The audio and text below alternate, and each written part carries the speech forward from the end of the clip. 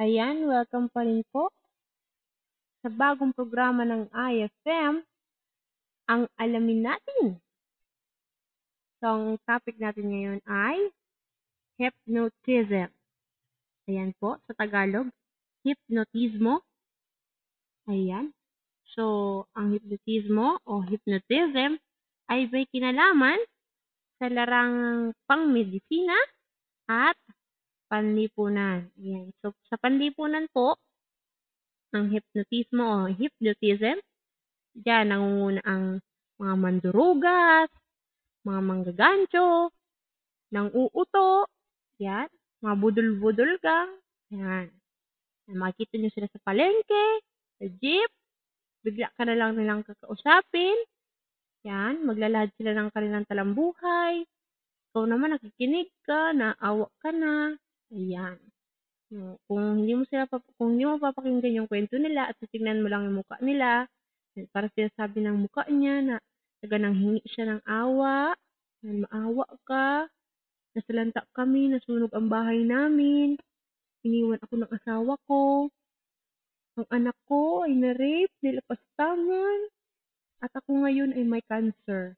Ayan, parang ganyan yung pinapakita ng mukha nila, talaga nakakaawa. Ayan. O utusan ka nila, hindi mo napapansin, hindi mo nahalata, utusan ka na nilang ilabas ang pera mo, ng alahas mo, pintas, singsing, hikaw, ang ATM mo, ATM, kaya manday, ang ATM, yan, lahat ng boldness at free luck mo sa katawan ay ibibigay mo sa kanila. So, hindi mo na malayan, matatauhan ka na lang pag wala ka ng alahas sa katawan na itakbo na. Sa larangan naman ng pangmedisina, ginagamit ang hypnotism sa mga nag-aaral ng psychology, ng psychologist. Ayan. Pag ang kanilang pasyente ay na-trauma, ginagamitan nila yun ng hypnotism, lalo na pag ginagamot nila na. So, may dalawa namang epekto ang hypnotism sa mga psychologists. Good news at bad news. Good news, magtagumpay ka man o hindi sa pagiging psychologist, ay nasa ospital ka pa rin. Bad news, kung halimbawa nagtagumpay ka, syempre sa ospital ikay magiging professional. Pero kung hindi ka nagtagumpay at hindi mo nakayanan ang psychology, nasa ospital ka pa rin. Kaso ikaw ay isa na sa mga ginagamitan ng hypnotism. Ibig sabihin ay pasyente ka na sa ospital. Huwag ka mag-alala, sa ospital ka pa rin naman. At least, nasa ospital ka pa rin. Diba? Diba? Ayan. So, lahat ng mga bagay na yan, masyadong malawak pagdating sa hypnotism, pero at least nabigyan ko kayo ng idea kung ano ang hypnotism. So, kung may mga nais kayong malaman, alamin natin yan dito lang po sa 93.9 IFM. O, teka lang. O, ano yun? Ano to? O, may nag-abot, may pahabol pa pong topic. Ayan, ano ba to? Ito ay galing kay Sheila ng Cavite. Ayan. O, hindi pala to topic. Ito pala ay tanong. Pinapaalala ko lang po mga katoto, mga kaibigan, na pag mga tanong po, ayan, kay Kuya Jobert po yan dapat. Ayan. Pero dahil po, since nandito na ako, ayan, kung hindi nyo po na itatanong, ako po ang apprentice ni Kuya Jobert. Apprentice po ako ni Kuya Jobert. Ayan. Pero pag nalaman na ni Kuya Jobert yung mga pinagsasabi ko ngayon, apprentice niya ako, ay hindi niya na ako apprentice. Magalit siya sa akin. Ayan, bakit takwid ako? Ayan. Pero habang hindi niya pa alam, habang hindi pa alam ni Kuya Jobert, ako pa rin po ang inyong apprentice. So, since nandito ako, ay sasagutin na natin yung tanong na yan. Ano ba itong tanong na to? So, itong tanong na to ay galing kay Sheila ng Cavite.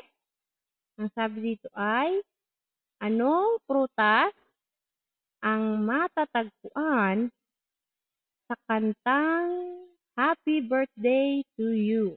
So, anong prutas ang matatagpuan sa kantang Happy Birthday to You? So, ayan po. Ang prutas na matatagpuan sa kantang Happy Birthday to You ay walang iba kundi ang prutas na madalas bilhin pag New Year's. Yan, New Year. Yan, pag nalalapit ng New Year, mga kasama niyan, mansanas, lansones, ayan. So, ang prutas na yan ay walang iba kundi ang dalandan. Yes, dalandan, mga katoto, mga kaibigan. Dalandan po. So, ang dalandan ay sagana sa bitamina. Yan. Murang-mura. Kaya pag New Year, mabenta. Binibili po yan. So, pag may sipong ka, dalandan lang. Pag wala kang pambiling pongkan, dalandan lang ang binibili. So, ang dalandan ay mayaman din sa buto. Diba? Ang pait kaya ang buto niyan. Sobra nung nakaraan nakakain ang buto. Ang pait. Pero masarap po ang dalandan. Nakakagamot yan sa may sipon. Yan. Kulang ka sa vitamin C. Ayan. Diba? So, paano napunta ang prutas sa dalandan sa kantang Happy Birthday to You? Ito po, for the first time in the history, si Iza ay bibigyan kayo ng sample. Sample. Yeah, sample. Maestro. 1, 2, 3, go. Dan. Happy birthday to you. Yeah. Happy birthday to you. Yeah. Happy birthday. Happy birthday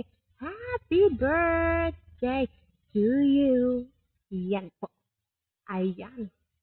Nakikita ko sa labas, medyo dumilim na. Nagdilim po ang langit. Sinadya po ako ng tsunami. Sabi ko nga, hindi ko na uulitin ang pagkanta. Ayan, ang lahat pong yan. Kung may mga bagay pa kayong gustong alamin at malaman, nandito po ako mga kasama nyo, ang nag-iisang prinsesa, ang prinsesang makulit, lalo na pag nagigipit. Iza sa bago mong FM 93.9 IFM. Dahil sa IFM, enjoy ka. Diba?